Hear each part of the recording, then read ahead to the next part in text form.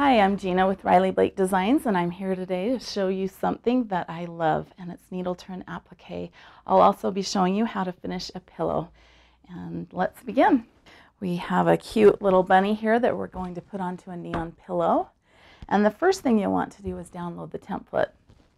And so what I did is when I downloaded the template, I actually traced it onto freezer paper, and then I pressed it onto here, and that freezer paper adheres.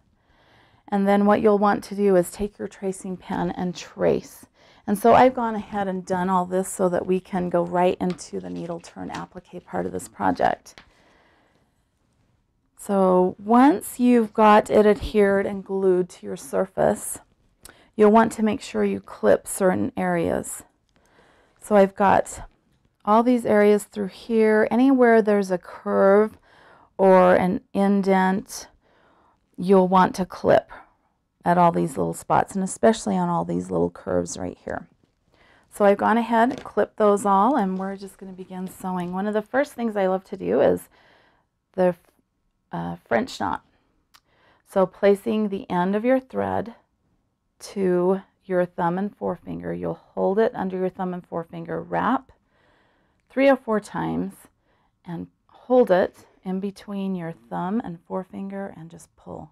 And then you'll have this knot, and this knot does not come undone. So I'm going to start right here where there's a little clip for his ears.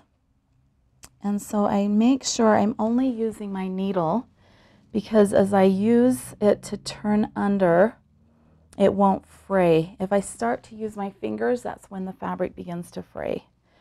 So I want to come up from the back, and I'll want to come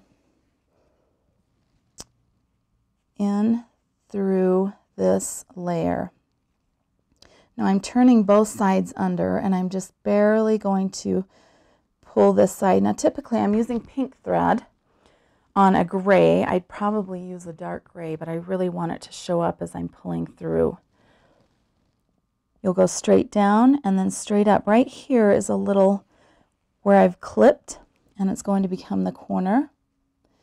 And I'll take a little tiny stitch, and these ones will be right close together. There'll be one on either side of that point, and then I continue on. And as you can see, you can barely see the pink thread. So you're going to go straight down and then come up at an angle. And I'm just barely catching straight down, up at an angle.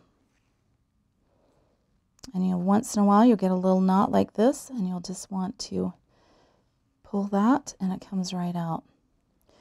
One of the other hints when you're starting or learning to needle turn is to have a short thread. So 18, 20-inch long thread is plenty. Keep turning with your needle, straight down and up, and you can see that pink thread there grabbing as you go. So you can tell if it was gray that it would just be all hidden, and you'd not even see those little stitches. So you can continue going all the way up, and I have a traced line, so I'm just turning with my needle so that that traced line doesn't show anymore. It's being turned under. And I'm going to keep going all the way up and around this ear.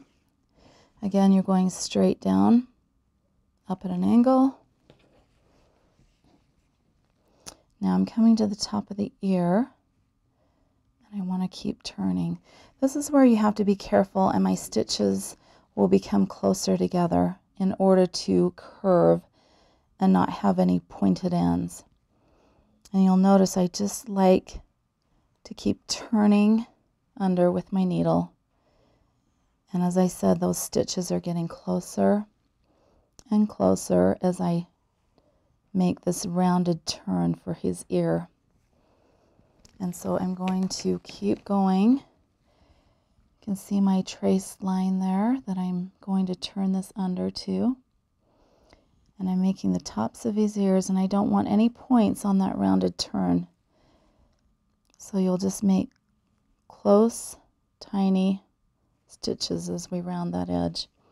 And as you go into those ears where you've clipped, there's barely any to turn under. Most of the time I will leave about just less than 1/4 of an inch here as I've clipped or trimmed around my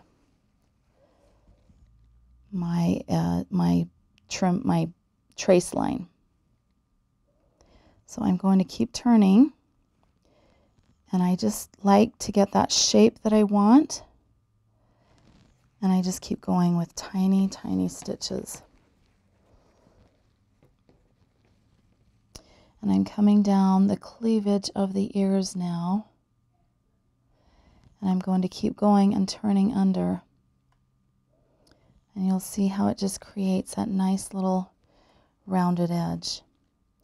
And now I think I'm going to give that a few more clips because I've got a little area that I need to turn. So we'll just keep turning and making those ears look as good as I possibly can. Just when you get to this area, I'm going to scoop with my needle so that that turns under, and I have a nice rounded area because I want it rounded. I don't want it pointed. And again, teeny, teeny, tiny stitches right next to each other to get that point. And there's your one ear. And then I'll just continue up and around. And so there you have it. You can see the stitches here, but like I said, you're barely catching a thread or two of the gray, and you're going straight down into your back.